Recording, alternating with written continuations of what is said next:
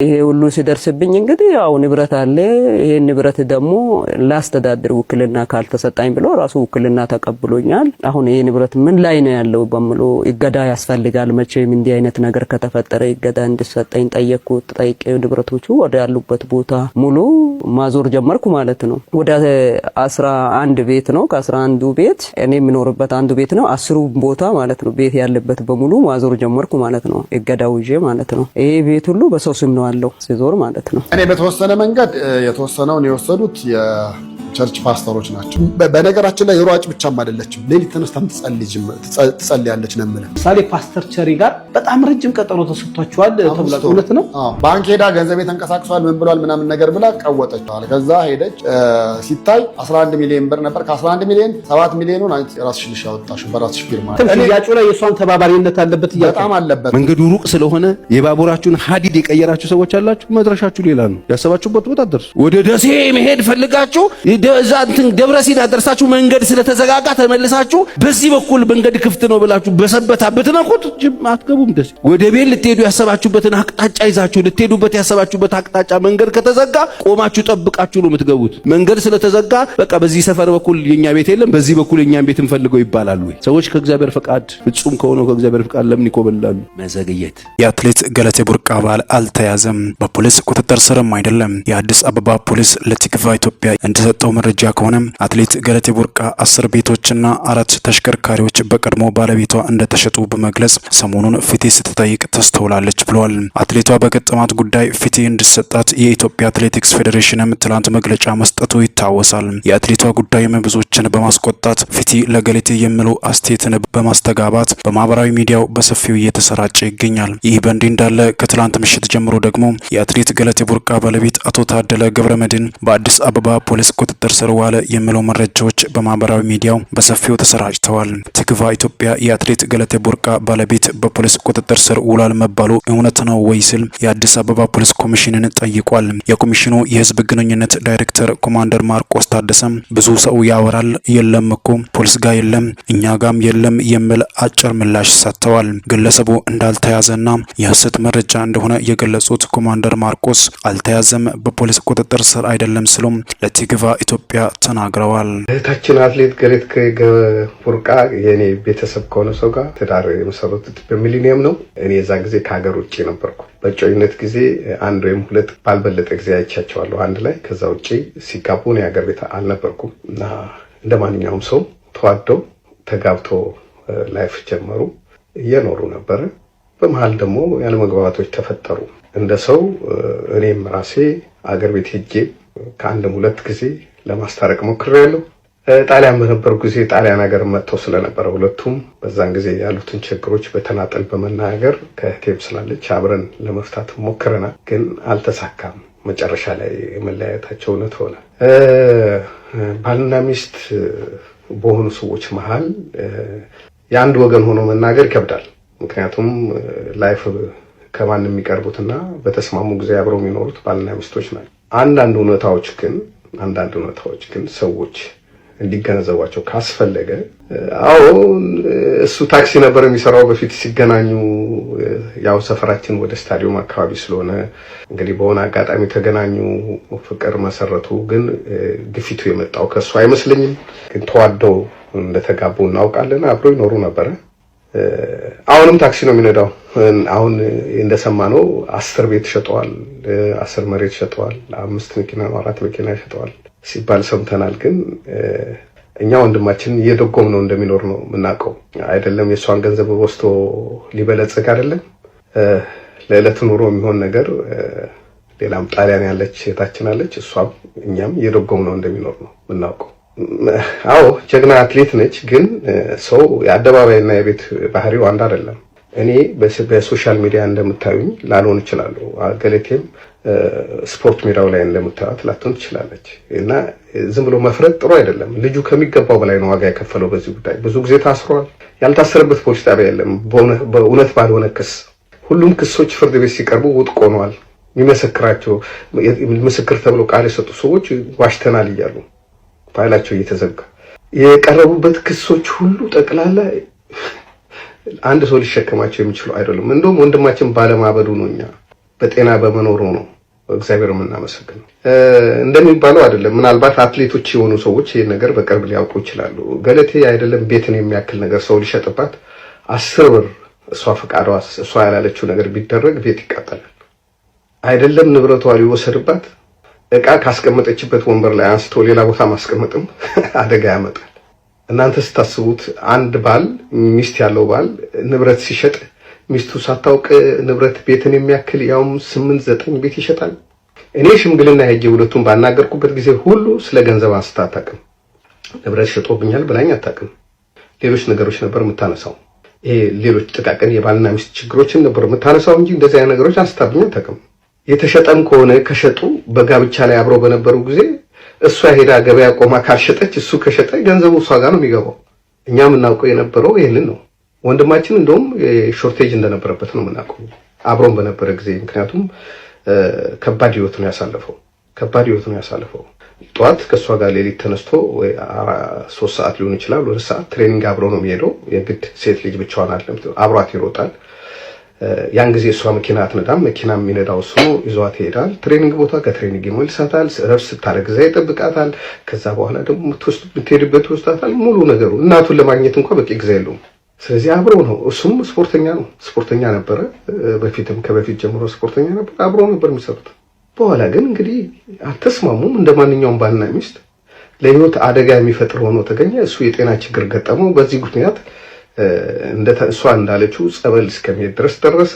መጨረሻ ሁሉም ሰው ሞከረ። በእሷ በኩል ላይ ያሉ ሰዎችም በእኛ በኩል ያለው ሰው መቼም ትዳር ይለይ እንኳን ገለቴን የሚያክል ሰው ትልቅ ዝና ያለው ሰው ዝምድና ጠልቶ ሰው ልለይ የሚል ሰው የለም። ግን ከባድ ስለሆነ ተለያዩ። ከተለያዩ በኋላ ደግሞ በተለያየ ቦታ ታስሯል፣ ተተኩሶበታል። ከረጅም ጊዜ በፊት ታስታውሱ እንደሆነ ፌስቡክ ላይ ሼር አድርጌው ነበር። መኪናው በጥይት የተበሳሳው እሱ አካሉ ላይ ጉዳት የደረሰበትን የታሰረውን። የህግ ሰዎች ተበደልኩ ብሎ ክስ ከመጣ ምንም ማድረግ አይችሉም፣ ይቀበላሉ። ግን መጨረሻ ፍርድ ቤት ሲሄድ እውነታው እየተረጋገጠ ነው የሚሄደው። አሁንም ቢሆን ባልና ሚስት ናቸው እንደማንኛውም ሰው። መጨረሻ ላይ እሷ እንደምትለው 10 ምናምን የምትለው ነገር አላውቅም። እንደ ባልና ሚስት በጋራ ያፈሩትን ነገር ፍርድ ቤት የመጨረሻ ውሳኔ ወስኗል።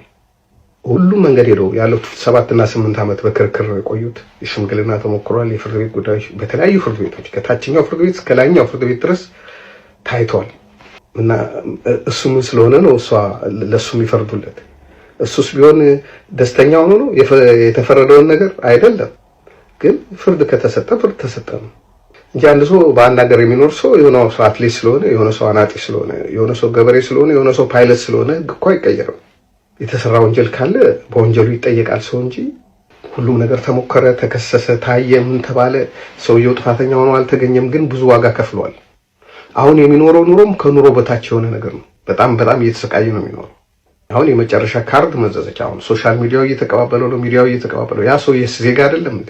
የሁለቱም ሰዎች ሳይሰሙ ሰዎች ለመፍረድ ለምን ይቸኩላሉ? ኦኬ የኔ ፎቶ አብሮ ሲዞር ካያችሁ ቤተሰቤ ነው። እናንተ ከቤተሰባችሁ ጋር ፎቶ እንደምትነሱት ነው እኔም የተነሳሁት። ዲቴል ስለማልናገር ነው እንጂ ብዙ ነገር አውቃለሁ። እናንተ ትንሽ ነው የምታውቁት። እሷም እንደ ቤተሰቤ ነው የምቆጥራት። ክብሯን ሞራሏን የሚነካ ነገር መናገር አልፈልግም።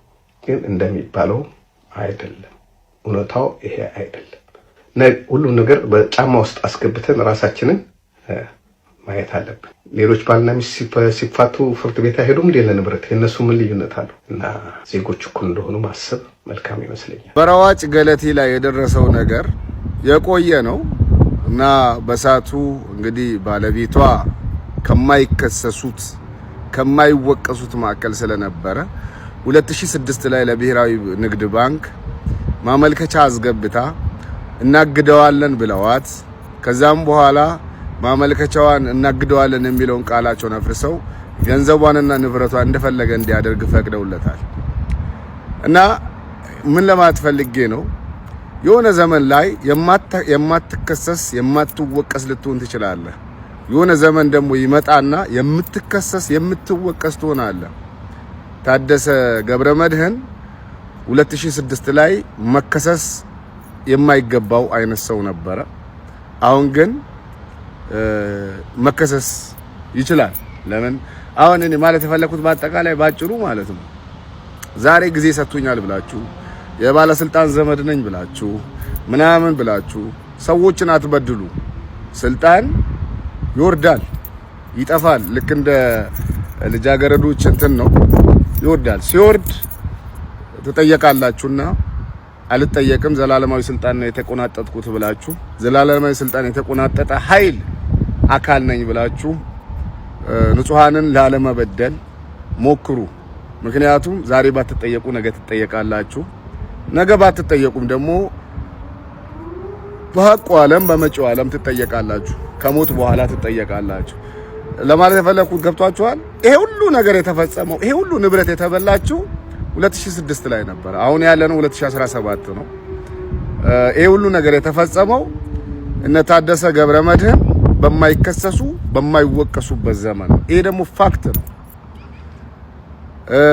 ለመክሰስና ለመውቀስ ሙከራ አድርጋም ክሷ ያስገባችው ደብዳቤ ጠረጴዛ ውስጥ ተሾግጦ ነው ንብረቷ እንዲባክን የተደረገው።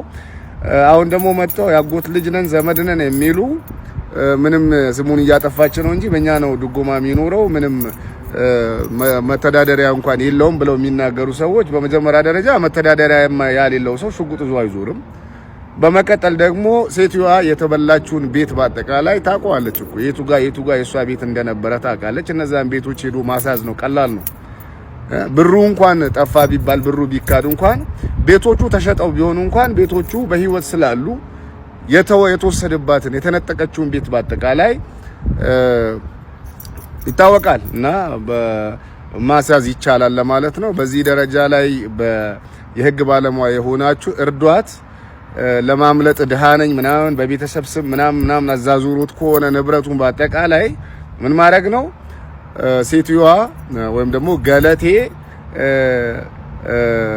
ሳይፋቱ በፊት ይሄ ነገር ከመፈጠሩ በፊት የነበራትን ቤት ታውቀዋለች። የሚያውቁ ማስረጃዎች ይኖራሉ፣ የሚያውቁ ሰዎችም ይኖራሉ። እነዛን ቤቶች ይሄ ነው ብሎ መከራከሪያ በነዛ ቤቶች ላይ የኔ ነው የሚሉ አካላት ማስረጃ እንዲያመጡ ከ2006 በፊት የነሱ ለመሆኑ ማስረጃ እንዲያመጡ እነዛን ቤቶች ማን እንደሸጠላቸው ማስረጃ እንዲያመጡ። ምክንያቱም እነዛ ቤቶች ባለቤትነታቸው የገለቴ ስለሆነ እነዛን ቤቶች ደግሞ ከገለቴ ውጪ ሊሸጥላቸው የሚችል ሰው ስለማይኖር ከገለቴ ውጪ የሰጠላቸው ሰው ደግሞ ህገወጥ ስለሆነ መያዝ ይቻላል። ቀላል ነው። ምንም ማምለጫ አያስፈልግም። የመጨረሻ ማጠናቀቅበት ምክሬ ምንድነው? ዛሬ ጊዜ ሰጠኝ ብላችሁ አትበድሉ። ነገ ጊዜ ይጥላችኋልና ትከሰሳላችሁ፣ ትወቀሳላችሁ ነው። ታደሰ ገብረ መድህን ላይ የሆነው ይሄ ነው። ትላንት አይወቀስም አይከሰስም ነበረ። ዛሬ ግን ይወቀሳል፣ ይከሰሳል። ዛሬ አልወቀስም አልከሰስም ብላችሁ እንደፈለጋችሁ የምትሆኑ ሰዎች የምትከሰሱበት የምትወቀሱበት ዘመን ይመጣል።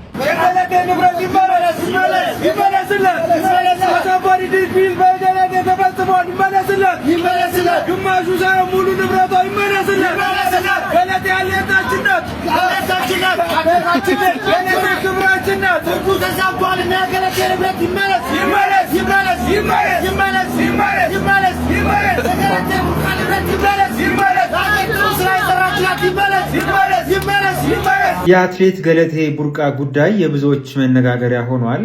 እንግዲህ ጉዳዩ እስከ ሰበር ሰሚ ችሎት ድረስ ሄዶ ተወስኗል ስለተባለ በእነዚህ የፍርድ ሂደቶች ውስጥ ምን አይነት ክርክር ቀረበ፣ ምን አይነት ማስረጃ ቀረበ የሚለውን ጉዳይ ስለማላውቅ ጉዳዩን ራሱ ላይ አይደለም ብያኔ ወይም አስተያየት የምሰጠው። ምክንያቱም የዛኛውን ወገን ክርክርና ማስረጃ ሳይሰሙ አስተያየትና ብያኔ መስጠት ስለማይቻል፣ ይልቁንስ አትሌቷ በተለያየ መንገድ የገለጸቻቸው ኢንተርቪዎች ላይ የተገለጹ መሰረታዊ ፍሬ ነገሮች አሉ። እነዛን ፍሬ ነገሮች ይዘን ሌሎች ሰዎች ከእንደዚህ አይነት ሁኔታ ምንድን ነው ሊማሩ የሚገባው፣ እሷ በገለጸችው ሁኔታ ውስጥ ያለ ሰው ምንድን ያለው የህግ አማራጭ የሚሉትን ጉዳዮች እንፈትሻለን ማለት ነው። የመጀመሪያው እንግዲህ እሷ ከገለጸችው አንዱ ፍሬ ነገር ጋብቻው በተደረገ 20-30 ቀን ውስጥ የተፈራ ንብረት የጋራ ንብረት ነው ወይስ አይደለም? ጋብቻ በ10 ተደርጎ በ20 የተፈራ ንብረት በተሻሻለው ቤተሰብ ህጋችን አንቀጽ 57 መሰረት ከጋብቻ በፊት የነበረ ንብረት በሙሉ የተጋቢው የግል ንብረቱ እንደሆነ ይቀጥላል ነው የሚለው። ጋብቻ ስለተደረገ አንድ ሰው ስላገባ ብቻ አስቀድሞ የነበረውን የግል ንብረቱን አያጣም። ጋብቻ ከተደረገ በኋላ በማግስቱም ቢሆን ያደረገው ንብረት ግን የጋራ ነው።